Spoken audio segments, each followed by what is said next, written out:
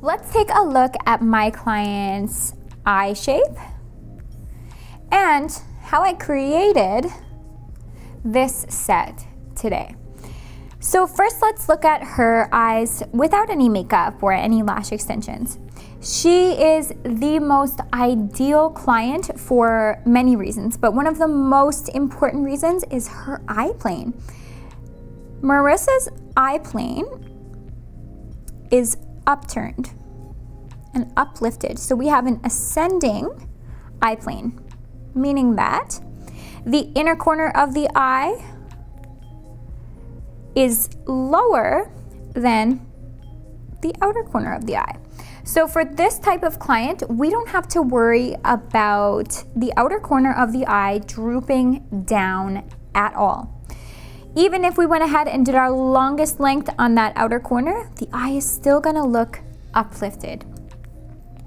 So this is an ideal client for the cat eye mapping, and truly one of the only clients who can handle the cat eye map, meaning the longest lengths are in fact on the outer corners. For most people, even if they want a cat eye finish, in order to give that length and swoop, we have to do our longest length somewhere between here, and then shorter lengths out here.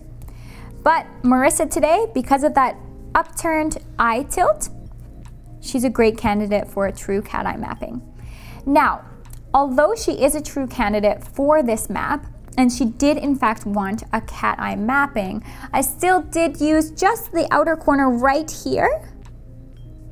Those few lashes out there, I still put 12mm out there instead of my 14 and 15mm, only because these outer corner lashes right here, as you can see, they just swoop down a little bit. So they couldn't actually handle the weight of a 14 and 15mm, and I didn't want to droop those down unnecessarily.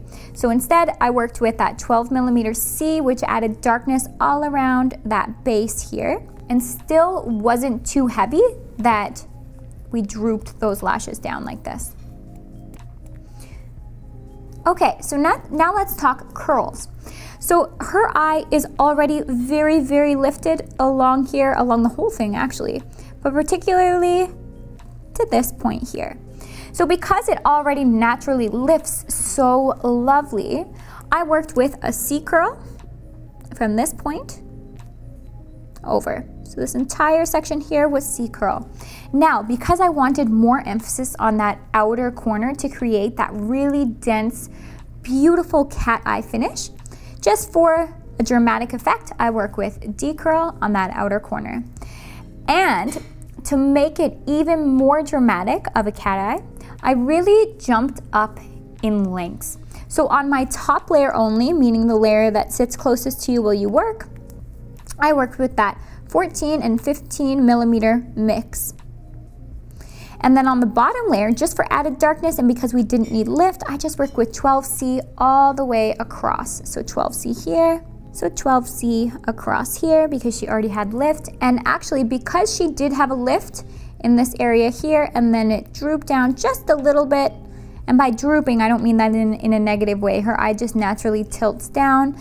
I had a few millimeters difference between this point here and this point down here, and because I was wanting a more dramatic effect, I used a disconnect. So normally I will mix, say, 13mm between my 12 and 14, but because the eye kind of tilted down a little bit on its own, it was okay for me to jump from 12C into 14 and 15mm. And a cool thing about jumping lengths like that too, especially when we're jumping up in curls, is that a 12C looks very similar in length as a 13D, so it really worked as a nice transition.